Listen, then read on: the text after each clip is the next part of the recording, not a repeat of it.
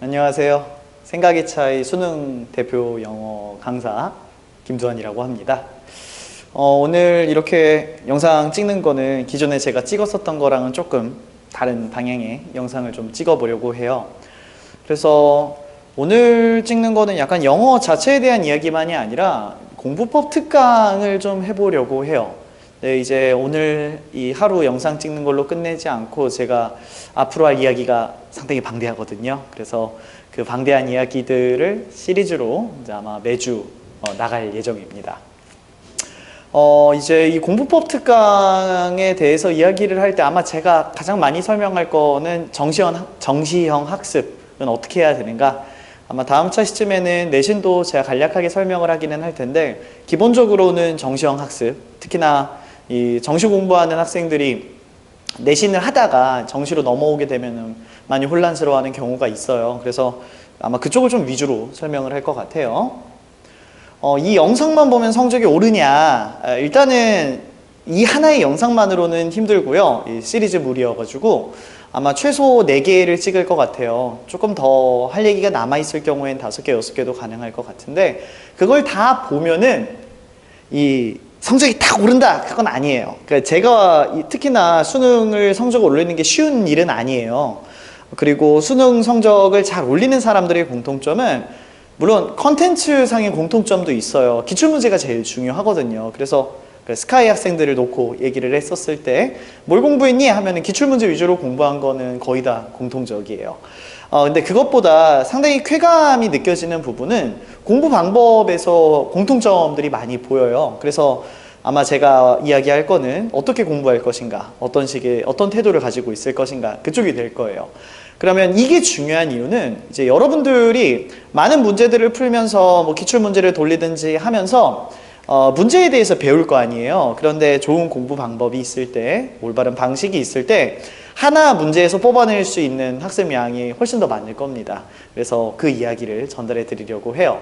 그러면은 제가 방법을 알려드리는 거지 물고기를 잡는 법을 알려주는 거지 물고기를 주는 게 아니에요, 이 영상은. 그리고 수능까지 아직 시간이 많이 남아 있거든요. 그리고 이 시간에서 하루하루에 많이 문제를 푼다가 중요한 게 아니라 어떻게 운영할 것인가, 지금은 그쪽 고민이 훨씬 더 중요한 시기예요. 그리고 제가 이게 뭐가 남는다고 이제 찍냐, 혹시나 궁금해하실까봐 일단 뭐 저한테 이걸 찍는다라고 해서 개인적으로 이뤄온 건 없고요. 약간 좀 답답함이 있어요. 제가 매 월마다 설문조사를 돌려서 공부 고민 어떤 거 있는가 이런 것들 하는데, 그리고 또 제가 N수랑 1대1로 상담하는 거를 이제 이투스에서 진행하고 있는데 그 한 6년 정도 됐어요. 한 친구랑 얘기를 하다가 참 어이없는 사건이 있었는데, 제가 이제 상담을 하다 보면 공부법에 대한 조언을 많이 해줘요. 그런데 한 친구가 제가 이제 얘기한 거를 이행하지 않은 채로 제가 어디서 들었는데 이런 공부 방법이 좋대요. 근데 이제 얘기를 들어보니까 좀 터무니없는 부분들이 있더라고요. 그래서 출처가 어디냐라고 물어보니까 유튜브 댓글이래요. 아무래도 이제 저나 여타 다른 선생님들은 이쪽 분야에서 오래 몸담고 있다가 아니라 고민의 방향성이 이쪽으로 가고 있을 가능성이 높잖아요. 그래서 전문적인 자격증이 없더라도 이제 일반 학생들이나 아니면은 쉽게 다룰 수 있는 댓글들에 있는 사람들보다는 아무래도 좀 깊이가 다르지 않을까 싶어요. 그래서 이제 이 이야기를 하려는 저는 누구냐, 뭐 연세대 영어영문 정시 합격했고 N수 상담 임용차했고 모든 커리큘럼 자체 제작하고 학생 상담 만족도 되게 높고, 사실 이런 거는 뭐 이런 거 있다라고 해서 잘하는 건 아니잖아요. 그래서 그냥 저는 선생님이에요. 남들보다 고민을 좀 더 많이 하고 있을 것 같아요, 제가. 그래서 영상을 찍어서 도움이 될 수 있겠다라고 확신이 생겨서 이런 영상을 찍는 거고요. 그래서 이제 그 시리즈물의 공부법 특강의 시리즈물의 첫 번째 영상인 오늘 이 영상에서 할 이야기는 자기계발 일반론입니다. 이제 단순히 오늘 얘기할 거는 공부랑 학습만 이야기할 건 아니고요. 모든 자기계발에서 좀 공통적으로 보이는 것들, 그리고 가장 주된 거는 많이 깔 거예요. 좀 잘못된 세상에서 돌아가는 이야기들을. 첫 번째로 이제 자기계발이라고 하면은 제가 아까 전에 방법, 어떻게 운영할지가 중요하다, 이거 되게 과정론적인 거잖아요. 그런데 개발은 과정이 아니라 결과의 기준을 둬야 돼요. 그러니까 아무리 좋은 과정이라고 할지라도 유의미한 결과가 나오지가 않으면은 그건 좋은 과정이 아니에요. 그러니까 좋은 결과가 나올 수 있는 프로세스여야 돼요. 오해하지 마세요. 과정이 좋다라고 해서 결과가 좋은 게 아니에요. 좋은 결과가 나온 프로세스가 있다면 그게 정말 좋은 과정이라는 거예요. 그래서 개발은 과정이 아닌 결과다. 그래서 결과 중심적으로 생각해야 돼요. 이런 프로세스를 짤 때는. 그리고 이 결과에 관련해서 방금 전에 얘기한 거랑 똑같은 말인데, 잘한다고 해서 좋은 결과가 아니고요. 이 결과는 유의미한 성취를 이야기를 해야 돼요. 무슨 소리냐면은 조금 강한 이야기인데, 수능을 잘 본다라고 해서 대학교를 무조건 잘 간다는 성립하지 않아요. 입시 전략이 좋지 않을 수도 있거든요. 그래서 우리가 목표로 하고자 하는 바가 있었을 때 그걸 달성을 해야 되지, 그 전 단계를 되게 잘했다라고 해서 무조건적으로 좋은 건 아니라는 소리예요. 제가 띄워드리는 말을 한번 천천히 생각을 해보시는 걸 시면은 좀 공감이 갈 거예요. 자, 봐봐요. 앉았다라고 해서 공부하는 건 아니죠. 앉아서 다른 거 할 수 있죠. 그리고 공부를 한다라고 해서 잘 배운 것도 아닐 거예요. 이제 뭐 엉뚱한 공부를 할 수 있고요. 집중이 안 되고 있을 수도 있고요. 자, 그럼 잘 배웠다라고 해서 시험을 잘 보는 것도 아닐 겁니다. 시험에 무슨 변수가 있을지 모르거든요. 본인이 대비한 것과 상당히 다른 방향으로 시험이 나올 수도 있고요. 시험을 잘 본다라고 해서 대학을 잘 가는 것도 아니에요. 아까 전에 얘기했던 입시 전략도 뭐 있을 수 있죠. 어이없는 케이스로는 대학교를 붙었는데 등록금을 안 낸 케이스도 있었어요. 제 제자 중에서. 근데 뭐 그렇게 해서 삼수를 했거든요. 삼수를 해서 더 좋은 대학교를 갔어요. 그래서 대학 등록금도 아끼고 더 높은 데로 갔네 싶기도 하긴 하더라고요. 어쨌든 이제 어떤 하나의 과정이 반드시 결과를 보증하는 건 아니에요. 그러니까 결과를 중점적으로 생각하는 게 좋아요. 자, 근데 좀 재밌는 이야기를 이거에 덧붙여서 할 건데, 반대로 생각을 해봅시다. 대학을 잘 가려면은 우선 시험을 잘 보는 건 맞겠죠. 오케이? 그러면 시험을 잘 보려면은 우선 잘 배워야 하는 것도 맞을 거예요. 그렇죠? 잘 배우면 시험 잘 볼 가능성이 높으니까. 잘 배우려면은 우선 공부를 해야 될 거예요. 배우려면은 공부가 필요하죠. 공부를 하려면 우선 앉아야 될 거예요.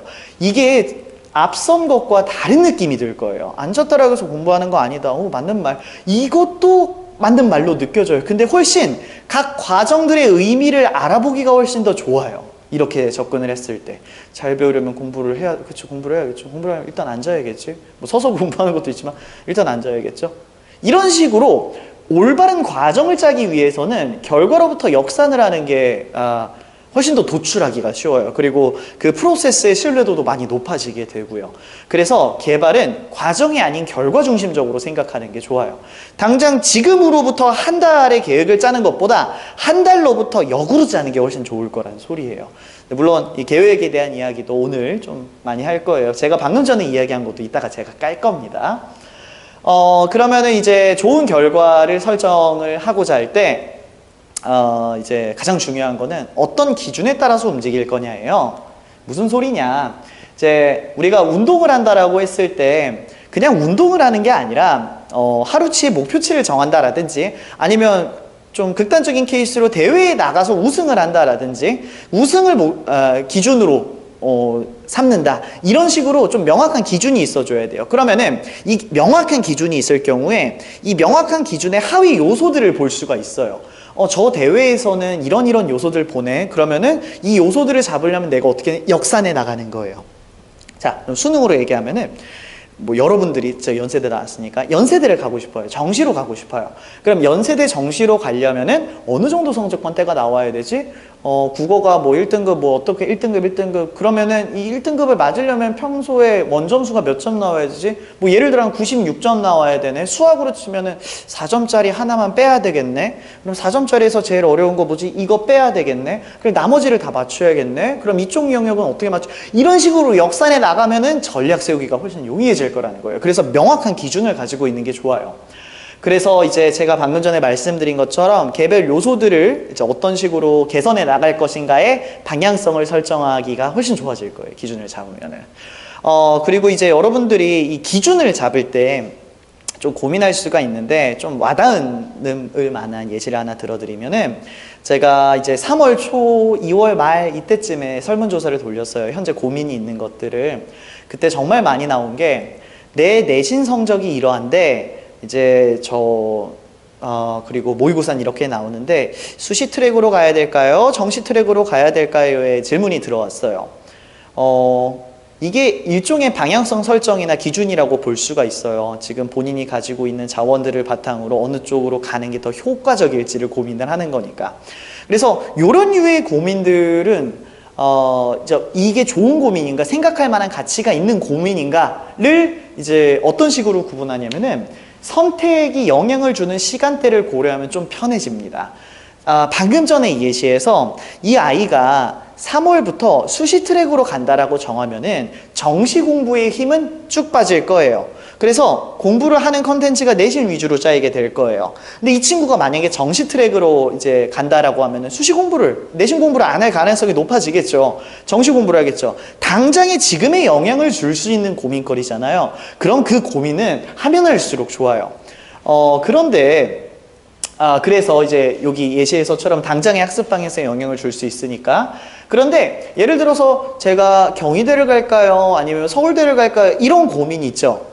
그거는 지금 본인이 통상적으로 높은 대학교에 가고 싶으니까 높은 대학교에 가려면 어쨌든 공부를 하고 있을 거잖아요. 그러면은 내가 경희대를 목표로 하든지 연세대를 목표로 하든지 지금 당장 공부하는 것에는 큰 차이는 없을 거예요.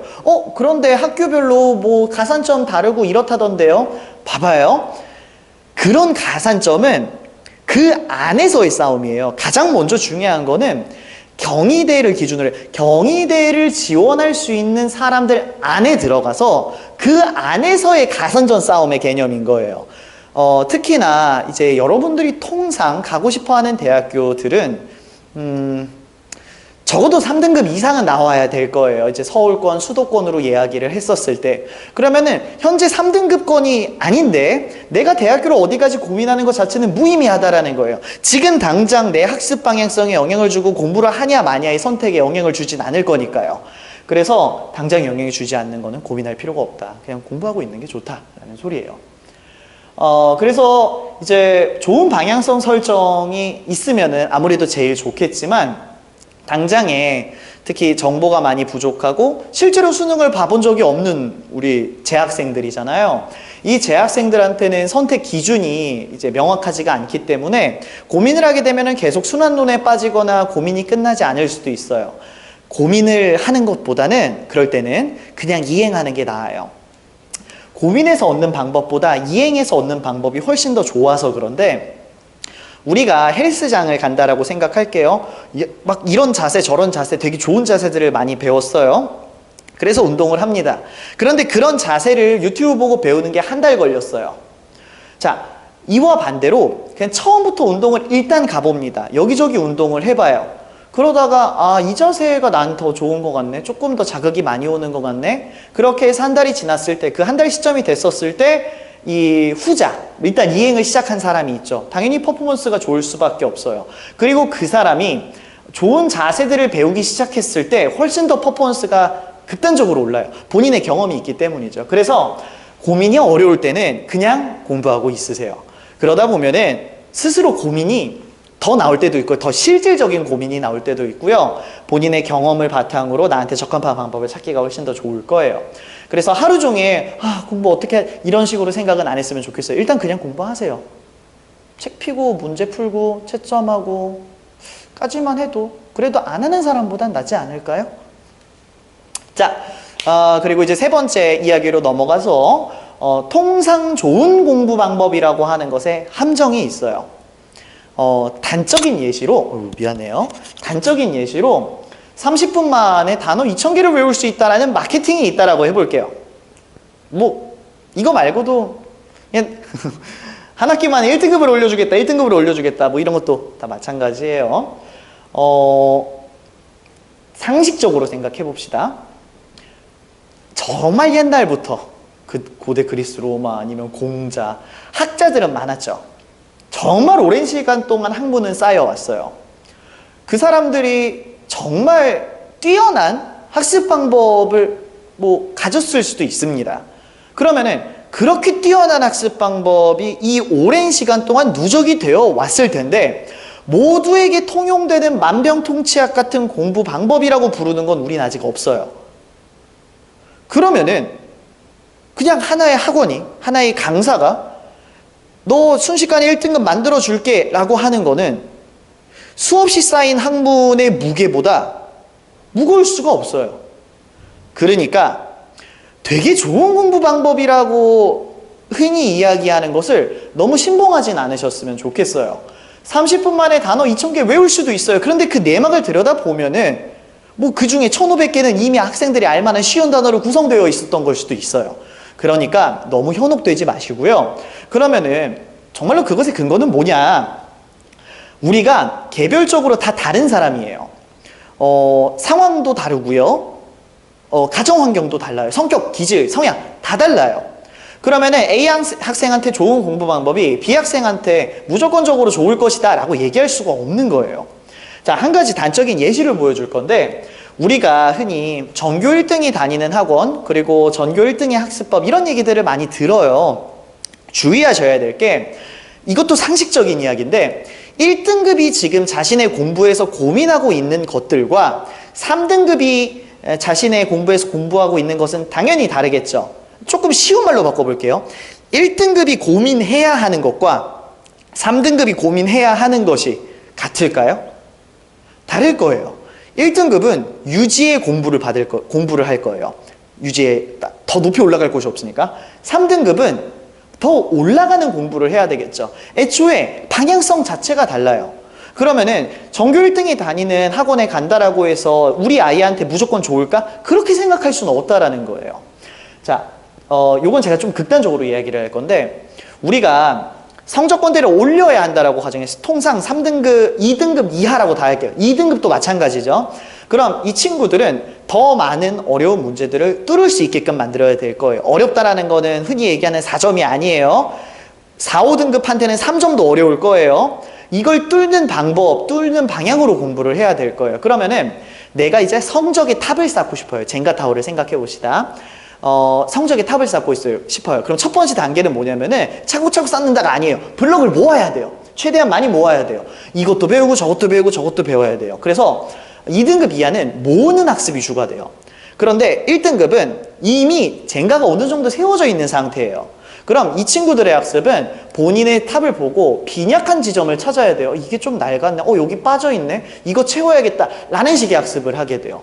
그러니까 1등급 하는 되게 잘하는 학생의 공부법을 그대로 따라가겠다라고 하는 거는 본인의 위치를 망각하고선 공부법을 쫓는 것과 같아요. 그래서 우리는 모두 달라요. 그래서 아까 전에 제가 이제 고민보다는 이행이 낫다라고 한 이유도 이것과 관련이 있어요. 본인이 직접 공부를 하면서 체감을 해봐야 돼요. 사람은 워낙 다 달라요. 그럼 이제 사실 이 얘기는 너네들이 공부를 하고 그냥 알아내봐 라는 이야기로 들릴 수 있어서 개발의 큰 메커니즘, 성장하는 큰 메커니즘을 오늘 좀 간략하게 설명을 해드릴게요. How to solve a maze. maze는 미로라는 뜻입니다. 그러면은 이 미로를 어떻게 풀 것이냐, 내가 수능까지 갈 건데 뭐 내가 대회에서 입상을 할 건데 어떻게 풀 것이냐. 우리가 미로를 풀 때 이제 흔히 쉬운 방법이라고 얘기하는 것 중에 하나가 도착 지점에서 역산하는 거죠. 제가 아까부터 강조한 거예요. 결과로부터 이상적인 과정을 만드는 게 좋을 거예요. 자, 그래서 크게 세 가지 단계로 저는 구성된다라고 생각하고 있어요. 첫 번째는 타겟팅이에요. 미로로 치면은 도착지를 잡는 거고요. 뭐 이제 입시로 치면은 좋은 대학교를 잡는 거고요. 그리고 뭐 운동으로 치면은 내가 체지방이 얼마나 되겠다 뭐 이런 것들 얘기를 해요. 자, 그랬을 때 타겟팅을 설정을 하고 나서 두 번째 단계는 뭐냐면은 제가 만약에 수학을 100점을 맞았다라고 해볼게요. 그럼 100점은 좀 비현실적이어서 90점을 맞았다라고 해볼게요. 그럼 90점을 목표로 할 거예요. 그럼 90점의 시험지를 생각을 해보는 거예요. 어떤 문제들이 틀리는 게 가장 이상적이지? 어떤 전략이 가장 가장 뭐랄까 수능에서 아름답지? 그러니까 수학에서 정말 어이없는 성적이 98점 95점 이런 애들이에요. 왜 그러냐면 98점은 2점짜리 틀렸다는 거고 95점은 2.3점짜리 틀렸다는 거예요. 정말 쉬운 거 틀렸잖아요. 그래서 이제 90점이 틀렸다고 했을 때는 통상 433이지 않을까 싶어요. 그럼 요런 거 틀리는 거네. 근데 솔직히 90점을 할 리가 없죠. 92점이겠죠. 4점짜리 2개. 이런 식으로 이상적인 결과물을 구상하는 단계를 뜻해요. 영어 쪽으로 넘어오면은 빈칸 2개 빼고 좀 어려운 거 하나 빼면은 3점이 3개 나가니까 91점을 목표로 하자. 그럼 얘네 안 풀고 나머지를 맞추는 방향으로 하면 되겠네. 이런 생각을 하는 게 이상적 결과물의 구상이에요. 그러고 나서 효율적 접근과 현실적 접근을 생각을 해야 되는데 이제 그 91점을 맞고자, 사실 제가 방금 다 얘기하기도 했어요. 91점을 맞는다라고 했을 때 영어에서 빈칸 2개 빼고 어려운 거 하나 더 빼면은 91점이 되는 거잖아요. 그럼 시험 운영을 할 때 빈칸 보면은 패스, 또 다른 거 어려운 거 보면은 패스, 이런 식으로 짜는 거예요. 그래서 조금 더 효율적으로 모두 다 이걸 내가 91점을 맞고 싶은데 빈칸 어려운 거 2개를 풀고 있으면 비효율적인 거거든요. 어차피 틀릴 가능성이 높은 건데. 자, 그리고 현실적인 접근으로 들어가서는 제가 문항을 하나 보여드릴게요. 이게 이제 워낙 추상적으로 말로만 하는 게 한계가 있어서 하나 가져왔어요. 요거는 이제 작년 수능 문항이고요. 이런 질문에 이게 답이었어요. 문제 안 푸셔도 돼요. 정말 어떤 메커니즘인가만 보여주고 싶어서. 자, 타겟팅을 한다라고 했었을 때는 답을 이걸 고르는 걸 거예요. 그래서 이제 이 답의 근거로 쓰인 애들이 얘네들이에요. 그러면은 얘네들을 읽을 수 있어야 될 거예요. 이상적으로. 이 중에 하나라도 제대로 파악해서 2번 답을 골랐으면 베스트겠죠. 자, 이상적 결과물의 구상은 뭐냐면은 제가 전제를 하나 깔아놨는데 우리가 글을 읽을 때 다짜고짜 여기서 읽을 수는 없을 것 같아요. 그래서 위에서부터 글을 쭉 읽어 내려간다 라는 전제 하에서 그러면은 위에 있는 이 맥락에서는 가급적 빨리 넘어가는 게 좋을 거예요. 우리가 답의 근거랑은 관련이 없으니까. 그래서 여기 파트는 빠르게 읽어 넘어가야 되고 여기서부터 힘을 줘서 읽어야겠네 라는 이상적 결과물을 구상합니다. 그러고 나서 효율적인 접근에서는 이제 이쪽 파트에서 근거가 안 나올 것 같다, 뭐 통념을 제시하고 있다, 배경 지식을 쌓아주고 있다 라는 것들을 생각을 해서 읽었을 때 진짜 쓸데없는 것 같다, 다른 얘기 나올 것 같은데 다른 얘기 나오기 시작했어 하면서 이쪽부터 힘을 올리는 걸 효율적 접근이라고 합니다. 그래서 요 현실적 접근은 이 앞선 맥락에서 내가 이걸 통념이라고 받아들일 만한, 배경이라고 받아들일 만한 단서가 뭐였지? 나는 이거 앞으로도 받아들일 수 있을까? 이 정도는 너무 통념 같은데? 와 같은 사고, 내 머릿속에 있는 지식들을 충분히 활용할 수 있을지의 가능성을 생각하는 거, 그걸 현실적인 접근이라고 해요. 그리고 이제 지금부터 얘기를 할 거는 그 현실적 접근을 함에 있어서 제가 이제 아무래도 영어 강사다 보니까 영어를 묶어서 좀 더 필요한 것들을 얘기를 해주려고 해요. 이제 국어랑 영어가 성격이 좀 많이 비슷해요. 제가 이제 많은 영상에서도 이야기를 했었는데 국어랑 영어는 개념형 학습이 아니라 지문에 있는 이 정보를 바탕으로 문제에 녹여내야 되는 문해형 학습이에요. 그럼 문해형 학습에서는 지문을 이해하고 얘를 활용하는 능력을 함양하는 게 제일 좋을 거예요. 1단원, 2단원, 3단원이 없어요. 이쪽에는 종합평가입니다. 종합적으로 사고를 할 수 있어야 돼요. 그러다 보니까 학생들이 이 사고 흐름의 가이드라인을 잡기가 쉽지가 않아요. 수학은 1단원 배워서 1단원 문제를 풀면 되는데 국어랑 영어는 지문의 내용이 계속 바뀌거든요. 그럼 지문의 이해를 어떻게 해야 될지를 고민을 해야 될 거예요. 그런데 이게 1단원, 2단원의 개념이 아니거든요. 그래서 이론이 깔려 있는 게 가장 좋아요. 그리고 이 이론이 깔려 있을 때 우리가 배운 이론이 이런 거니까 지문에서 내가 이론상에서 배웠었던 거는 이런 것들은 중요하지 않대, 같은 것들을 설정하기 시작하는 거예요. 그래서 앞서 보여드렸던 예시에서 뭐 사람들, people이란 단어가 등장을 하면 그게 배경으로 쓰일 가능성이 높거든요. 또는 뭐 어떤 경우에는 설명으로 쓰이기도 해요. 그래서 첫 문장에 다짜고짜 people이 나왔다? 배경으로 쓰인다라고 배웠고 나도 그렇게 이미 알고 있는 상태야. 빠르게 넘어가도 되겠다. 이런 식으로 현실적으로 접근할 수 있게 될 거예요. 그래서 국어랑 영어는 이 theory, 이론이 제일 중요합니다. 그리고 그 이론에서 꼭 신경 써야 되는 거는 범용성이에요. 자, 한 가지 이론을 배웠을 때 가급적이면 많은 문항들에 적용될 수 있으면 좋을 거예요. 그리고 practicality, 실용성인데 여기저기 다 적용되는 진리 같은 이론이 있다라고 가정을 해봅시다. 그런데 거기서 배우는 개념이 200가지라고 해볼게요. 수능에 40문항을 푸는데 200개를 배워야 된대요. 낭비가 너무 심해요.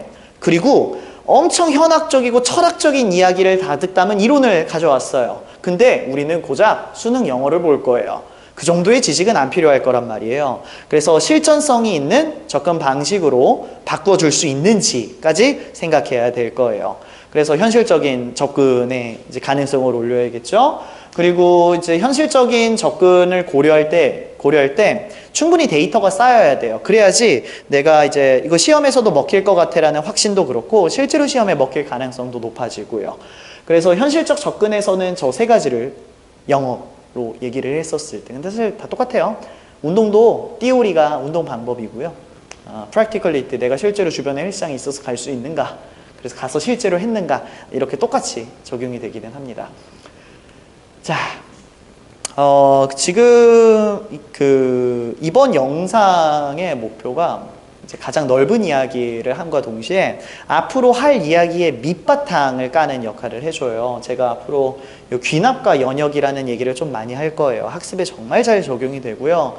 지식이 우리가 지식을 얻는 과정에서 정말 설명하기가 편하네요. 가지고 그래서 계획하고 이행하는 것과 연결 지어서 간단하게 배경 지식 좀 알려드릴게요.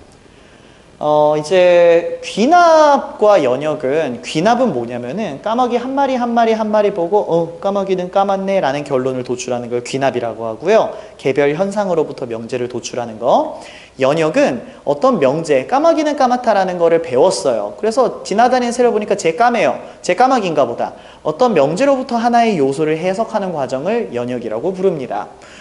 그래서 학습 초기, 또 계획 초기, 이제 계획을 하려고 할 때 초기에도 다 마찬가지인데 귀납적으로 접근하는 게 좋아요.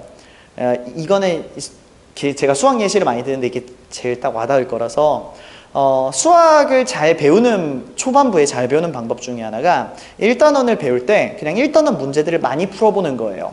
그러면은 이 요소들의 공통점이나 대략적인 판이 깔릴 거예요. 아, 이쪽 단원에선 대략적으로 이렇게 푸는 거구나. 그게 귀납적 학습이에요.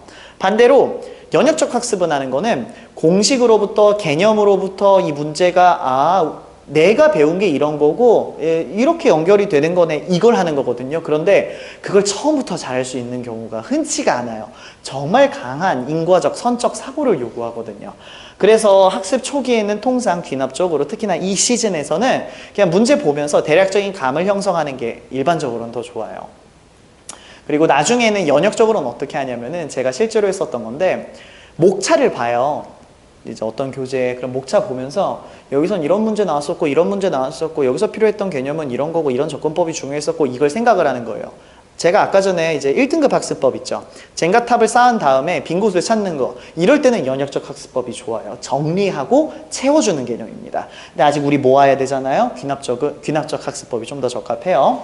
자, 그래서 이제 그 계획과 관련해서 이 이야기가 좀 도움이 될 텐데, 장기 계획의 실패.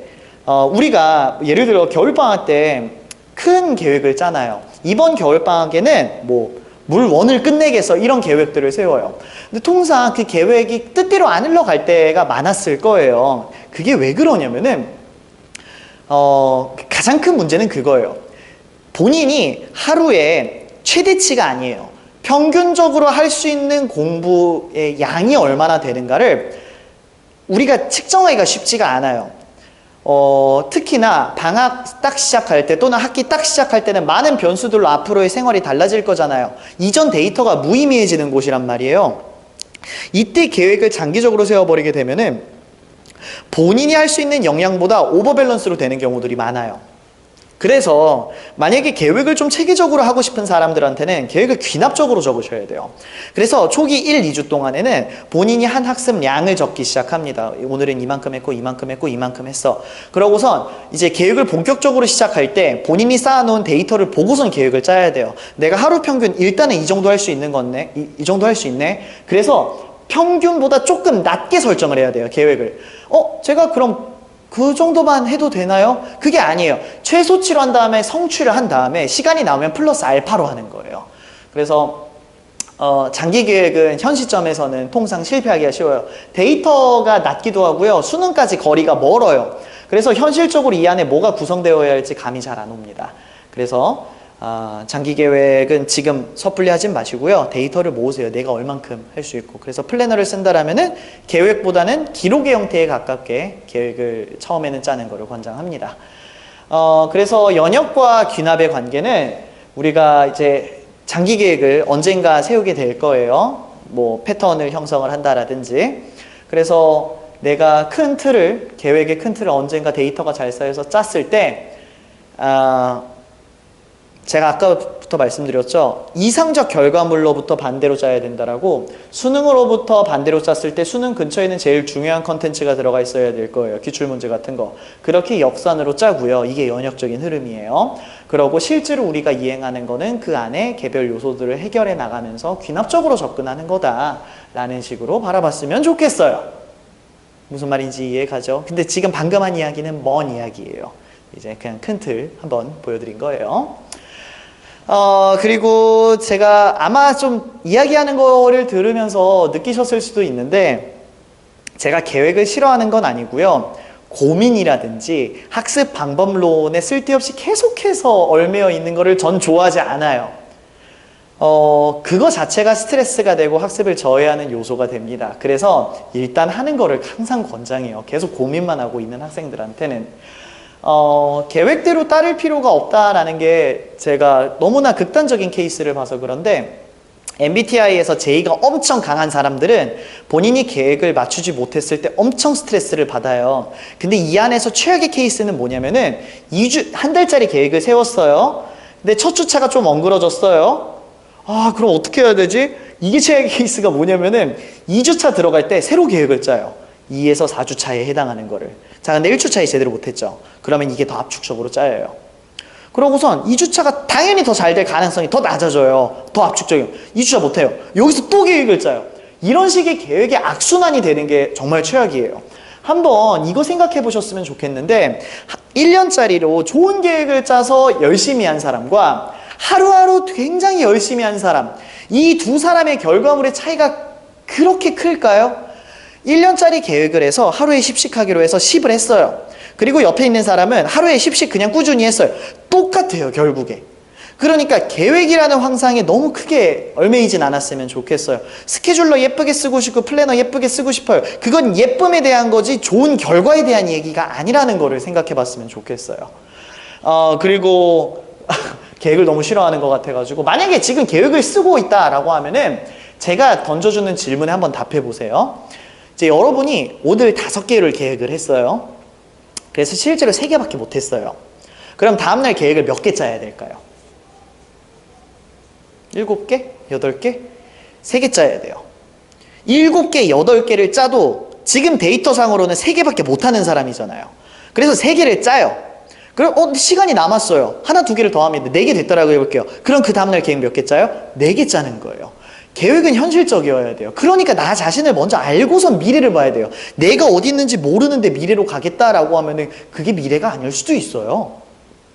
그래서 이제 여러분들이 이 답에 올바르게 답변을 하셨다라면은 5개 계획, 실제 이행 3개, 다음날 계획은 3개라고 대답하셨다라면은 실제로 계획이 그렇게 운영되고 있다라면은 잘하고 계신 거예요. 그렇게 해야 돼요, 계획은. 그리고 오늘 드릴 말씀으로 정말 마지막으로 속도와 가속도에 대한 이야기를 할 건데 우리가 공부가 정말 힘든 게 특히 정시를 공부하는 분들한테 정말 힘든 이유가 뭐냐면은 수능을 딱 한 번 봐요. 그래서 중간중간에 여러 지표들이 나오기는 하지만 결국 수능을 못 보면은 말짱 도루묵이에요. 내가 이번 모의고사를 잘 봤어요. 그럼 수능이 잘 보는 거예요. 그 참 불안해요. 특히 수능 공부가 이 성격이 짙어요. 그러면은 현재 공부를 할 때 내가 모의고사의 결과를 신뢰할 수가 없다라면 난 뭘 믿고 살아야 되는가? 이게 연습하기가 쉽진 않아요. 하지만 많이 의식을 하셔야 돼요. 어제보다 내가 오늘 문제를 풀 때 흐름이 조금 좋아요. 어제보다 내가 어제는 10단어밖에 못 외웠는데 오늘은 12단어를 외웠어요. 어제보다 수학은 내가 10문제밖에 못 풀었는데 시간이 없어가지고 오늘은 20문제를 풀었어요. 이걸 즐기셔야 돼요. 미분을 배우신 분들은 알 거예요. 그냥 함수 그래프는 그냥 값이 올라가죠. 미분값이 뭐냐면은 가속도 개념이잖아요. 이제 기울기의 변화값을 알려주는 가장 좋은 학습을 하고 있는 사람은 미분값이 올라가는 사람이에요. 어제보다 능률이 좋아졌고 어제보다 문제 푸는 흐름이 좋아졌으면 그걸로 된 거예요. 수능은 어떻게 될지 몰라요. 그런데 어쨌든 어제보단 좋은 상황인 거잖아요. 그렇게 생각하셔야 돼요. 그리고 이게 그냥 위로의 말씀이 아닌 게 공부 안 하는 것보단 한 게 나은 거잖아요. 음수값은 아니잖아요. 어떤 과정도 결과를 보장하진 못해요. 수능 날에 갑자기 누가 비명 지를 수도 있어요. 컨디션 다 망가질 수도 있어요. 근데 좋은 결과는 좋은 과정이 있었기에 만들어질 가능성이 높아요. 가능성이 높아요. 확신은 아니에요. 가능성이 높으니까 현재 자신이 하고 있는 게 좋은 결과를 이끌어 줄 거야 라는 믿음도 되게 중요해요. 잘하고 있을 거예요. 믿으세요. 믿다가 정말 믿다가 딱 진짜 이상하게 하는 것 같은데 하면은 그때 방법을 좀 고민을 해보세요. 좀 다르게 할 수 있는 방법이 없었을까? 내가 지금 비효율적인 게 뭘까? 공부를 안 하는 것보단 낫잖아요? 그리고 그런 공부 방법도 고민해보고 그래서 이제 어떤 과정도 결과를 보장하진 않지만 여러분들이 하고 있는 과정이 좋은 결과를 만들어낼 가능성을 높이고 있긴 하다라는 거. 그래서 가속도를 즐길 수 있으면 즐기시고요. 아니면 속도가 음수값만 아니라면 괜찮으니까 믿고 하셨으면 합니다. 다음 시간에는 이제 여러분들이 정체기가 왔을 때 제가 마지막에 얘기했던 거, 내가 정말 공부를 잘하는 게 맞을까? 그에 대한 이야기를 조금 더 상세하게 해드릴게요. 조금 더 구체적인 공부 방법론들을 이야기하려고 해요. 오늘 영상에서 말씀드린 게 뭐랄까, 하나의 두루뭉술한 감으로 일단 들어갔으면 좋겠어요. 공부를 안 하는 것보단 낫고, 만약에 계획을 할 거라면 현실적으로 했으면 좋겠고, 내가 타겟팅을 한다, 기준을 잡는다 라고 했었을 때는 유의미한 성취, 지금 고민할 필요가 있나 없나 이런 것들 얘기했었던 거 정말 실용적인 것들만 했으면 합니다. 그리고 좀 위로가 됐으면 좋겠고요. 여기까지 생각이 차이 수능 대표 영어 강사 김도환이었고요. 당신의 감성적 영어를 이성적으로 만들기 위해 일하고 있습니다. 감사합니다.